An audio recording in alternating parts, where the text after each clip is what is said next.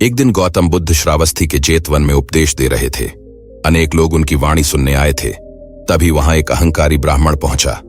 वह अपने ज्ञान और कुलीनता पर बहुत गर्व करता था।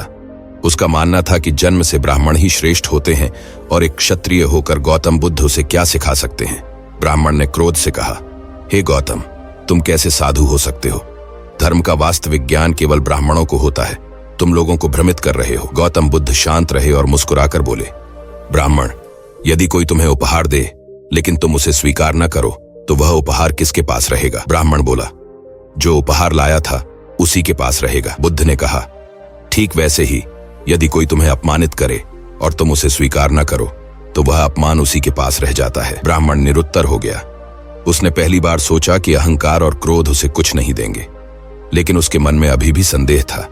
उसने बुद्ध से फिर पूछा, यदि कर्म ही श्रेष्ठता का मापदंड है तो कोई अपने बीते हुए पापों से कैसे मुक्त हो सकता है? बुद्ध मुस्कुराए और बोले, मान लो कोई व्यक्ति एक घड़ा खारा पानी नदी में डाल दे, क्या वह नदी का सारा जल खारा कर सकता है? ब्राह्मण ने उत्तर दिया, नहीं, नदी तो विशाल होती है, एक घड़ा खारा पानी उसका स्वाद नहीं बदल सकता। बुद्ध बोले, ठीक वैसे ही यदि कोई व्यक्ति सच्चे और नेक कर्मों से स्वयं को विशाल नदी की तरह बना ले तो उसके पिछले पाप उसके जीवन पर प्रभाव नहीं डाल सकते। ब्राह्मण की आंखें खुल गईं।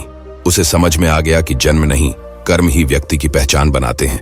उसने अहंकार त्याग दिया और बुद्ध के चरणों में गिरकर बोला, अब से मैं अहंकार का त्याग करता हूँ और ज्ञान के मार्ग पर चलूंगा। अहंकार और जन्म का अभिमान हमें सत्य से दूर कर देता है। अतीत के पापों से मुक्ति पाने का उपाय है सत्य और सच्चे कर्मों का मार्ग। वास्तव में ज्ञानी वही है जो अहंकार छोड़कर सच्चाई को स्वीकार करता है। अगर आपको यह कहानी पसंद आई तो इसे अपने दोस्तों के साथ साझा करें और अपने जीवन में विनम्रता और सत्य का मार्ग अपनाएं। ऐसी और प्रेरणादायक कहानियों के लिए हमारे चैनल RK को सब्सक्राइब करें और बेल आइकन दबाएं ताकि आपको नई वीडियो की सूचना सबसे पहले मिले। कमेंट में बताइए आपको यह कहानी कैसी लगी और अगली कहानी किस विषय पर होनी चाहिए। जल्द ही मिलते हैं एक नई प्रेरणादायक कहानी के साथ।